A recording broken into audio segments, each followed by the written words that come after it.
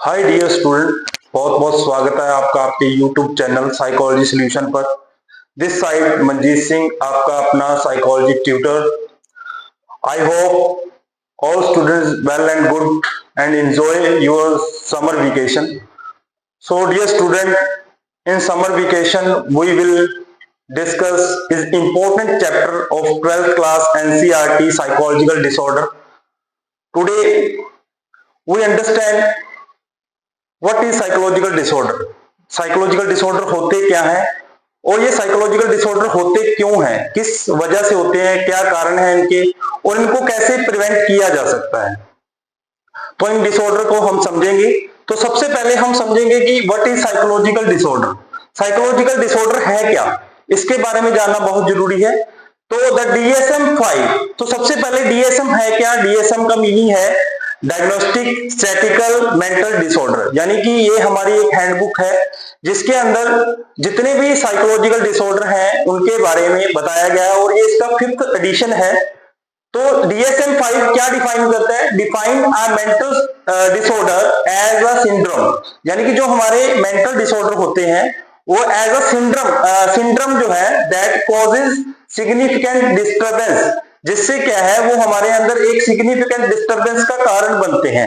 और वो जो डिस्टर्बेंस है वो हमारे बिहेवियर के अंदर, इमोशंस के अंदर और हमारे कॉग्निशंस के अंदर आती है।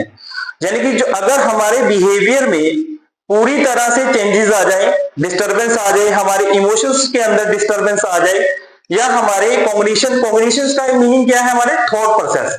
अब आपने देखा होगा कि जितने भी साइकोलॉजिकल डिसऑर्डर होते हैं उन डिसऑर्डर के अंदर जो भी पर्सन को साइकोलॉजिकल डिसऑर्डर है तो उसके कॉग्निशंस में चेंजेस आ जाते हैं, उसका जो थॉट पैटर्न है बिल्कुल ही चेंजेस हो जाता है। वो पॉजिटिव से नेगेटिव सोचना शुरू कर देता है, उसका जो थिंकिंग पैटर्न है वो नेगेटिव हो जाता है।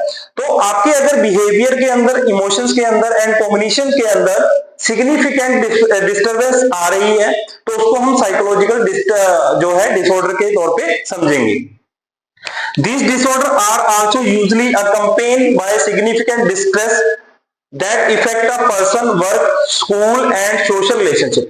अब ये जो डिसऑर्डर होते हैं इसको यूजली हम एक सिग्निफिकेंट डिस्ट्रेस के तौर पे समझ सकते हैं कि ये हमारी लाइफ में एक डिस्ट्रेस पैदा करता है और जिसकी वजह से क्या है कि कोई भी पर्सन की, चाहे वो वर्क लाइफ है, चाहे वो उसका स्कूल है, चाहे वो उसके सोशल रिलेशनशिप है, उनके ऊपर बहुत बड़ा इंपैक्ट पड़ता है और बैड इंपैक्ट पड़ता है। तो इससे हम समझेंगे कि जो साइकोलॉजिकल डिसऑर्डर है, अब हमें जो समझना है, हमारी जो NCERT बुक है उसके पहले हमें साइकोलॉजिकल डिसऑर्डर को पढ़ने से पहले हमें एक कंसेप्ट को डिस्कस करना जरूरी है। वो जो कंसेप्ट है हमारा कंसेप्ट ऑफ एबनॉर्मलिटी। अब एबनॉर्मलिटी किसे कहा जाता है, एबनॉर्मल किसको कहा जाता है।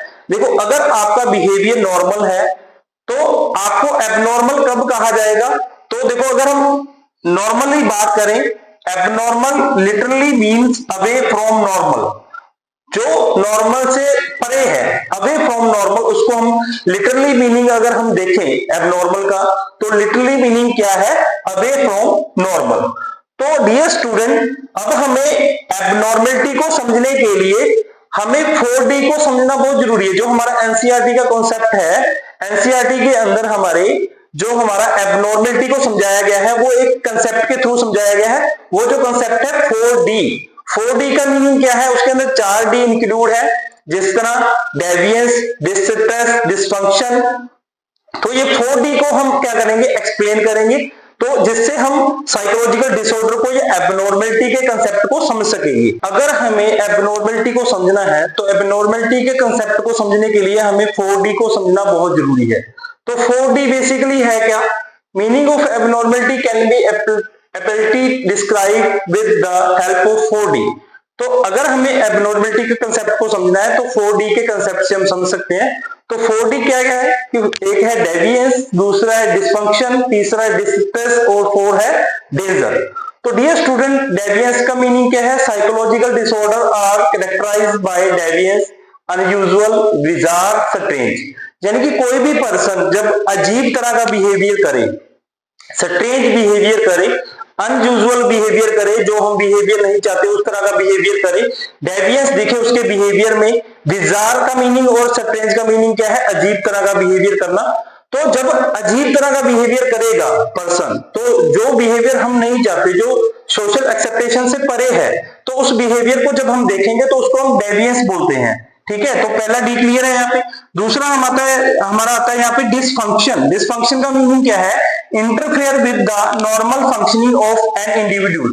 जब इंडिविजुअल की नॉर्मल फंक्शनिंग के अंदर इंटरफेरेंस हो जाती है, यानी कि जब कोई पर्सन नॉर्मल जो है फंक्शनिंग कर रहा था, पर जो साइकोलॉजिकल डिसऑर्डर की वजह से उसके अंदर इंटरफेरेंस आ गई है, तो उसको हम क्या कहेंगे? डिसफंक्शन। तो जब भी साइकोलॉजिकल डिसऑर्डर होगा किसी भी इंडिविजुअल को, तो उसके जो नॉर्मली फंक्शनिंग है, तो उसकी नॉर्मली फंक्शनिंग के ऊपर क्या आएगा? इंपैक्ट पड़ेगा, और उसकी जो नॉर्मल फंक्शनिंग है वो इंटरफेरेंस होगी। तो आपने देखा होगा कि जिन लोगों को डिस्ट्रेस रहता है या जिन लोगों को साइकोलॉजिकल डिसऑर्डर है, वो अच्छे से अपना कोई भी वर्क नहीं कर पाते हैं, अपनी जॉब को होल्ड नहीं कर पाते हैं, अपनी फैमिली के रिलेशनशिप को होल्ड नहीं कर पाते हैं। तो उनकी वो जो फंक्शंस हैं, वो नॉर्मल फंक्शन के अंदर क्या आ जाती है? इंटरफेरेंस आ जाती है। उसके बाद हम बात करते हैं डिस्ट्रेस की। डिस्ट्रेस क्या है? It implies behaviour that is unpleasant and distress to oneself and to other. तो डिस्ट्रेस का मीनिंग क्या है? कि उस तरह का बिहेवियर जिससे हम अनप्लीजेंट होते हैं, यानी कि हमें किसी भी तरह की कोई खुशी नहीं मिलती, हम इस तरह का बिहेवियर करते हैं, और हमारे जीवन में, हमारी लाइफ में क्या आ जाता है? अनप्लीजेंट होना शुरू हो जाता है, यानी कि हम अपने आप को शांत नहीं रख पाते, हम अपने आप को खुश नहीं रख पाते। Oneself and to other, और जो अनप्लीजेंट होता है वो खुद उस पर्सन के लिए भी होता है जिसको साइकोलॉजिकल डिसऑर्डर होता है, और दूसरों के लिए भी होता है। तो उसके बाद हमारा जो लास्ट डी है उसको हम डिफाइन करते हैं danger. It mean behaviour that is harmful and danger to the person concern and other. यानी कि जो डेंजर है, यानी कि इस तरह का बिहेवियर हम करेंगे जो उस पर्सन के लिए भी डेंजर होगा, हार्मफुल होगा, और दूसरों के लिए भी हार्मफुल होगा। तो आपने कभी भी देखा होगा कि जो जितने भी साइकोलॉजिकल डिसऑर्डर से जिन लोगों को होता है साइकोलॉजिकल डिसऑर्डर, तो वो अपने लिए भी हार्मफुल बन जाते हैं और दूसरों के लिए भी हार्मफुल बन जाते हैं। सोसाइटी में आपने ऐसे बहुत सारे लोग देखे होंगे जो इस तरह के स्टेप ले लेते हैं, जिनकी वजह से लोगों को के लिए भी खतरा बन जाता है, और अपने लिए तो वो खतरा मोल लेते ही हैं। तो जिस तरह कोई सुसाइड अटेम्प्ट कर ले, तो सुसाइड अटेम्प्ट करना या सुसाइड कर लेना उस पर्सन के लिए देखो एक तो लाइफ चलेगी उसकी, और दूसरों के लिए भी वो एक तरह का एक डेंजर बन जाता है। तो जो जितने भी ये साइकोलॉजिकल डिसऑर्डर होते हैं, या एबनॉर्मलिटी अगर हम कहें, एबनॉर्मलिटी का जो कंसेप्ट है एनसीईआरटी के अंदर, तो उसको हम 4D के थ्रू हम क्या कर सकते हैं? समझ सकते हैं। आगे हम जो डिस्कस करेंगे, जो नेक्स्ट पार्ट होगा हमारा, एबनॉर्मलिटी को हम अलग अलग अप्रोचेस से कैसे समझ सकते हैं। तो उसके लिए अप्रोचेस हैं एबनॉर्मलिटी को समझने के लिए, और उसके बाद जो कुछ साइकोलॉजिकल डिसऑर्डर को समझने के लिए कुछ मॉडल दिए हुए हैं कि उन मॉडल के थ्रू किस तरह हम साइकोलॉजिकल डिसऑर्डर को समझ सकते हैं। तो आज के लिए वीडियो के लिए इतना ही। तो बहुत बहुत थैंक यू। अगर आपको वीडियो अच्छी लगी तो आप वीडियो को लाइक करें, शेयर करें और कमेंट करें, ताकि शेयर करने का यही बेनिफिट है कि अगर आप इस वीडियो को देख रहे हैं तो और बड़े किसी और स्टूडेंट का भी इसका फायदा हो जाए, तो वो भी देखकर अपना इस चैप्टर को कंप्लीट कर सके। तो डियर स्टूडेंट, आज के लिए इतना ही। बहुत बहुत थैंक यू।